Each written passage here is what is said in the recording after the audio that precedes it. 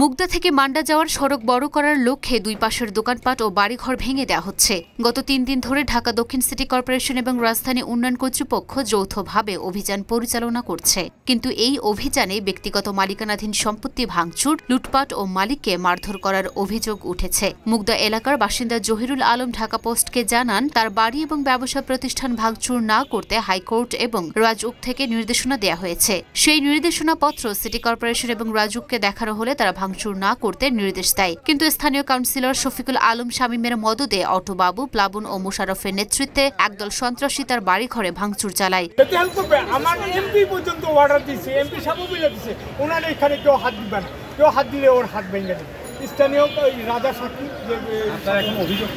আমার এটা করছে কিছু গুন্ডা বাহিনী, দেখেন ওদের মধ্যে ওয়ারেন্টও আছে।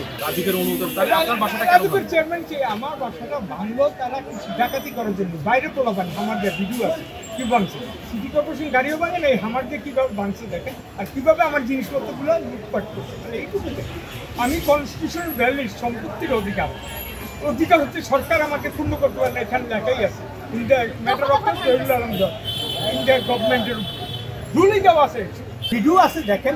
আমার ওয়াইফের মাইরা কীভাবে মোবাইল নিল, কীভাবে নিল, আমি থানায় গেছি, মামলা নেন, আমি দৌড়াইছি, পুলিশ প্রোটেকশন দেয়, হ্যাঁ প্রোটেকশন দিতে বলছি, আইনের উদ্যোগে কেউ না, আমিও না ভাই, কনস্টিটিউশন 42 আর 27। জহিরুল আলম অভিযোগ করে বলেন, ভাঙচুর করে আমার বেকারি পণ্য তৈরির 10 লাখ টাকা দামের মেশিন নিয়ে গেছে তারা। একই সঙ্গে আমার ব্যবসা প্রতিষ্ঠান ও ঘরের টিভি, ফ্রিজ, সিসি ক্যামেরা এবং খামার তৈরির জন্য আনা 10,000 ইট ও খামার থেকে শতাধিক মুরগি এবং হাঁস লুট করে নিয়ে যায়। এতে প্রায় 1 কোটি টাকার মতো সম্পত্তি লুট করে নিয়ে গেছে। এসব মালামাল লুটপাট করার সময় তার স্ত্রী মোবাইল ফোনে ভিডিও ধারণ করতে গেলে তাকেও মারধর করা হয় বলে অভিযোগ করেন জহিরুল আলম। এই ঘটনার বিচার চাইতে পুলিশের কাছে গেলে কোনো ব্যবস্থা নেওয়া হয়নি। অভিযোগের বিষয়ে স্থানীয় কাউন্সিলর শফিকুল আলম শামীম বলেন, সিটি কর্পোরেশন ও রাজউক অভিযান পরিচালনা করছে, সেখানে আমি কারো ঘর বাড়ি কিংবা ব্যবসা প্রতিষ্ঠান ভাঙচুর করতে নির্দেশ দেইনি।